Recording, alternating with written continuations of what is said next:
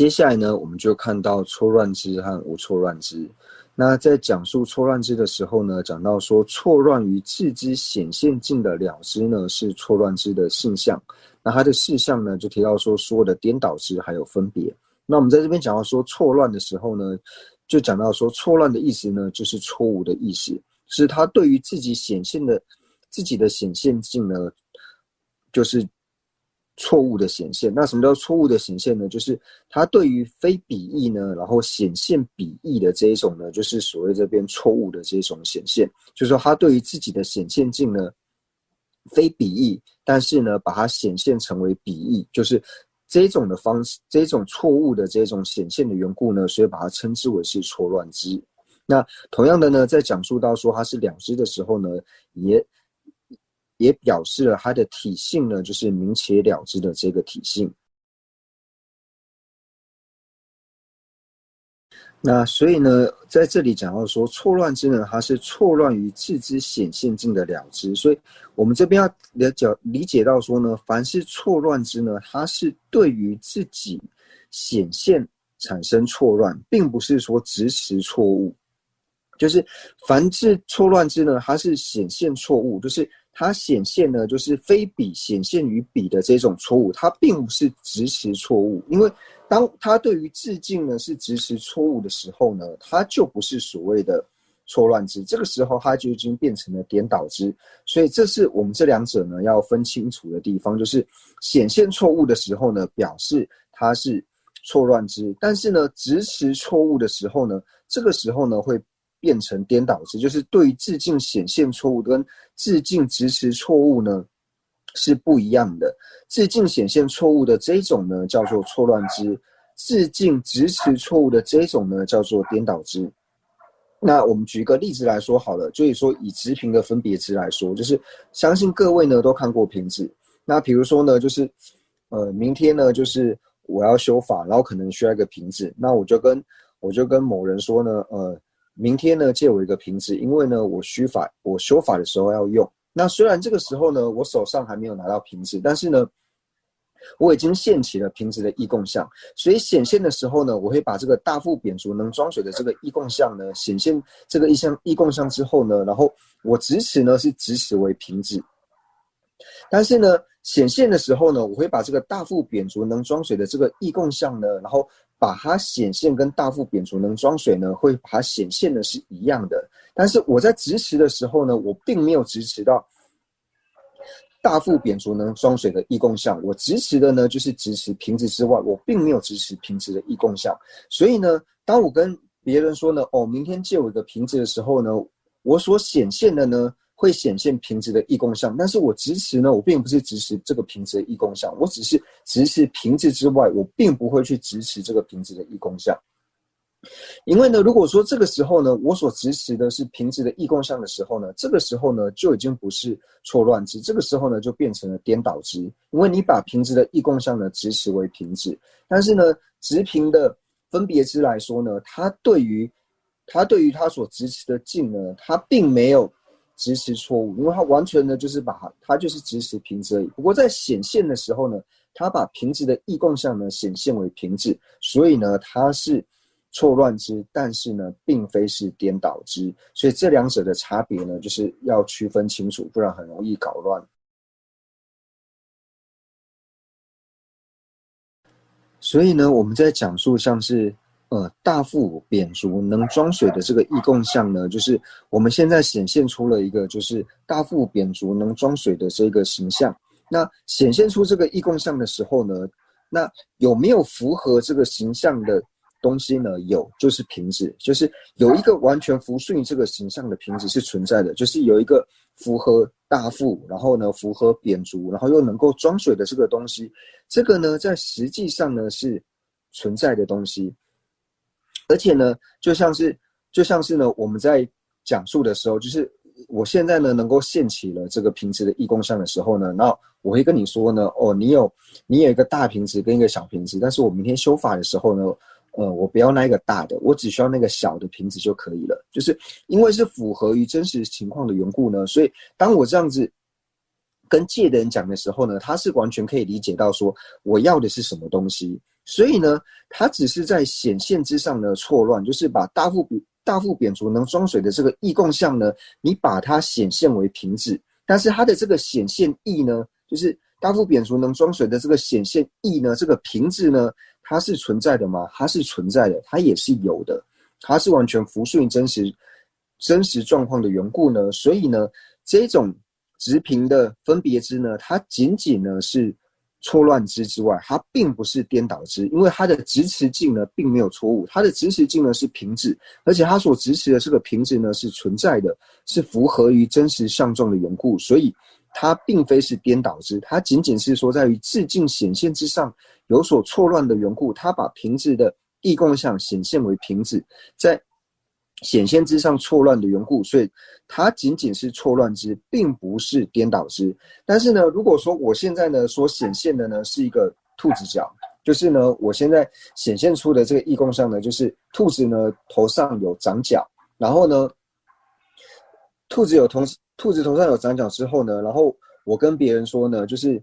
明天呢我要把兔子脚带过来。那这种直持呢，它就是错误的，因为虽然说你的显现呢是一个兔子脚的义共相，但是呢，这个显现义呢，它并不存在，就是真实情况呢，并没有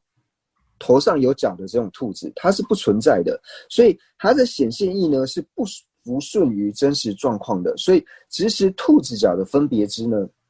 它本身呢是颠倒之，因为呢它的直持境呢是错误的，因为它的直持境呢就是它显现的是兔子脚的义共相，但是这个义共相的这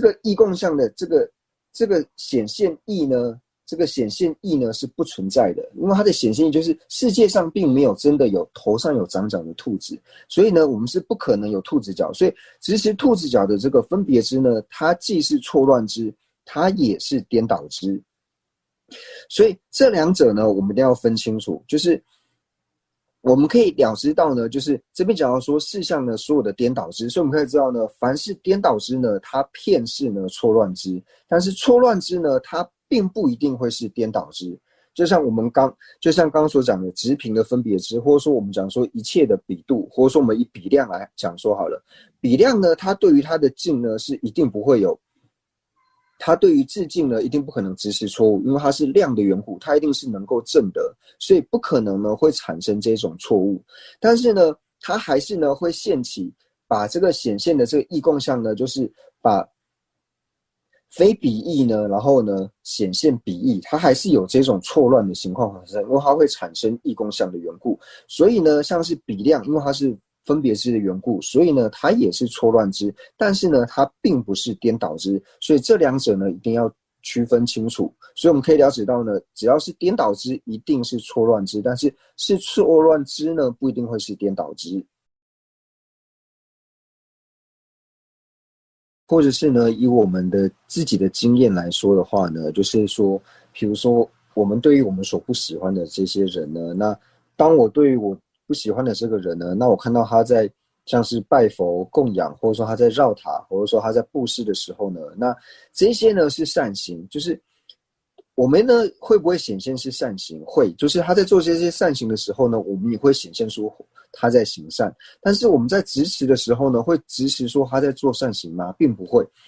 我们也会执持，或者说会单着会执持他在做善行吗？没有，我们一定会想说，啊，他现在做这件事情呢，一定是有某些目的，他才去做这种布施，他一定是想干嘛干嘛的时候，他才去做这些。所以，虽然说在我们的心绪里面呢，他做这些善行的时候呢，我们有显现善行，但是你并不会去执持或去单着呢，他所行的呢是善。那相同的呢，反过来说呢，就是当我们和我很好的这些人，或者说和我们很亲近的这些人，他在行一些恶事或是不好的行为的时候呢，那我们看到的时候呢，就是我们有显现他行这些不善吗？有显现他行这些不善，但是我们会执持或是单着他做的是不善吗？不会，我们这时候会找出各种种种的理由，说啊，他这么做呢是不得已，他因为什么样的原因，他才会做这些事情。所以我们这个时候呢，就是会显现他行不善，但是会执持或者说他单着这个不善的事吗？并不会。所以我们可以从自己的经验呢，可以了解到说，就是显现呢跟执持二者呢是不一样的。那这边就有一个问题呢，就是请问仁波切，直屏分别支会不会显现屏？那这个呢，当然是会的。就比如说呢，就是我们在显现就是大腹扁足能装水的义供像的时候呢，你自然也会显现出瓶子的相貌，所以它一定会是显现的。或者是说呢，就是不要说瓶子，就比如说呢，有些人就是他想要曼达盘，那他就会打电话来印度订说他要曼达盘。那他曼达盘的时候呢，他不仅仅是订，他其实他已经显现出了曼达盘的这个形象，他已经显现了曼达盘，所以他会想说，我所需要的这个曼达盘呢，它是什么样的材质，它的大小是多少，那它上面呢要具备什么样的花纹跟图案，就是它其实都已经现起来了，所以它一定会显现起来。不过就是讲到说像是直屏的分别支，或者说像是直曼达的分别支，跟我们眼睛直接看到曼达的这种曼达盘的这种显现方式呢是不一样的。就是眼睛要显现曼达盘呢，就是它的前方呢一定要有曼达盘，就是它一定要遇上这个镜，它才能够显现曼达盘。但是分别支在显现曼达盘的时候呢，它不用直接接触到这个镜，它就可以显现曼达盘。我们在讲述错乱支和无错乱支呢，这两者的差别呢，就在于说它对于自净显现上面的差别。因为呢，以体性来说呢，二者呢都是明了的这个体性呢是一样的。那二者最大的差别呢，就是它在自净显现上呢，就是一个是在于自净显现上呢产生错乱，一个是对于说不错乱于自知显现境。那一个呢是错乱于自知显现境，所以呢就表示说呢，它对于自净呢是否产生错乱。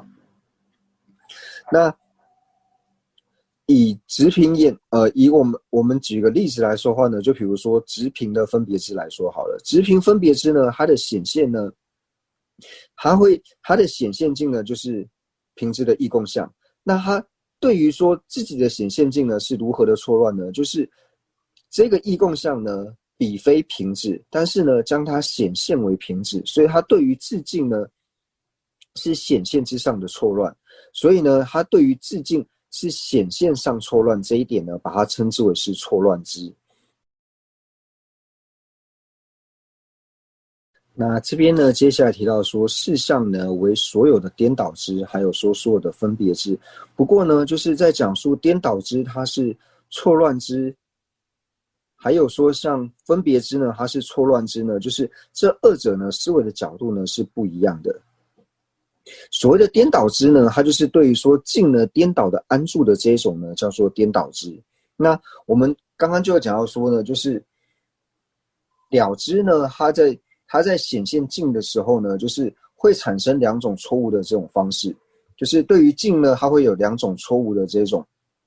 方式。那一种呢，就是对于说在境上的错误，它两种错误的方式，一种是境上显，就是在境显现上错误，然后一种是在直持境上面错误，就是显现境上面错误跟直持境上面错误的两者。那在显现上错误的呢，就比如说将非平易呢，然后直为平易这种。那比如说呢，异共相它本身并不是平质，所以这种显现的方式呢，是一种错乱的方式，就是它把不是平质的东西呢，把它显现为平质，那这是显现上面的错误。那直持上面的错误呢是什么呢？就是它除了在显现上错误之外呢，那它又很坚持自己直持为说，我直持的呢，这个才是正确的。所以就是在显现上错误呢，显现境上错误之上呢，再加上说直持的错误，那这种呢就是属于颠倒支。所以颠倒支说它是错乱支的原因呢，是它在显现境上，除了显现境错误之外呢，在此之上又加上了它很坚持的直持问说，他所直持的这个东西呢是正确的，所以他在直持境上面也是错误的。所以从这个角度呢来解释到说，颠倒支它是属于错乱支。所以呢，我们在讲述到说颠倒支呢，它是属于错乱支的时候呢，就提到说它为什么会变成颠倒支，它为什么会变成说直持上是错误的呢？就是在直持上错，在境上呢直持错误之前呢，它其实在显现境的这一方面呢，它其实已经错误了。但是它在显现境上面错误这一点之外呢，它除了这一点之外呢，它除了显现上已经是错误之外，它在之上呢还硬要去支持这个错误的东西，就是你显现已经错了，但是你硬要去支持说你显现错误的这个东西，所以它是在显现之上呢又加上了支持上的错误，所以才成了错乱之。那对于分别之来说呢，它是仅仅呢在显现之上有错误之外呢，它在支持上呢并没有错误的。所以在说错乱之是颠倒错乱之，在讲说颠倒之是错乱之，还有分别之是错乱之的时候呢，虽然说两者呢好像有一点类似，但是呢还是有一些差别。当我们能够区分这两者差别的时候呢，就表示说我们能够更理解颠倒还有颠倒之还有分别之彼此之间的差异。那所以呢，我们讲到说呢，凡是分别之呢，它就一定要是错乱之。那凡是分别之呢，它一定要是错乱之呢，就表示说它是显现上错误之外呢，执实上呢并没有错误。就像是直平的分别之，直平分别之呢，它只是在显现上呢，将平直的异共项呢显现为平直的这一点是错误的之外，它并没有把不是平直的东西呢支持为平直。它支持平直这一点呢，平直本身呢就是符顺于义，就是平直本身是存在的，它也是符顺于事实的，所以它在支持上呢是没有错误的。但是呢，如果说在支持上呢也产生错误的时候呢，那这个时候呢它就变成了非符顺义的两支。就比如说我们这样子说，直身是长的这一种分别之，因为呢，为什么说它是非符顺义的两支呢？就是因为这不符顺于事实，因为没有又是声音，然后又是长法的这种东西，所以直身是长的这个分别之呢，它是属于颠倒之，因为它在直持上呢就已经直持错误了，因为它的这个又是深又是长的这个东西呢并不存在，它所直持的这个境呢并不存在，或者说呢我们在讲述说无我的时候，那无我的所破呢就是有粗分在细分。那我们讲说粗分的时候，比如说讲到常一自主的我，那这个呢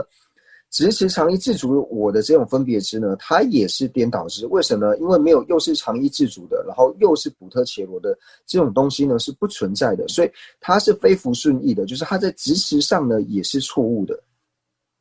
所以从这边呢，我们可以了解到说呢，分别之说它是错乱之呢，是指说它在显现上错误而已。但是呢，在讲说颠倒之它是错乱之的原因呢，是它在显现上错误之外，它在执持上呢也是错误的，所以由此去区分出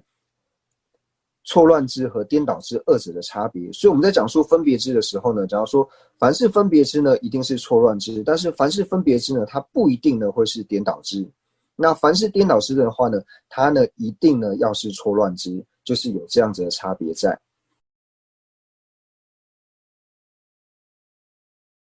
那今天呢，因为时间的关系，我们就先上到这边。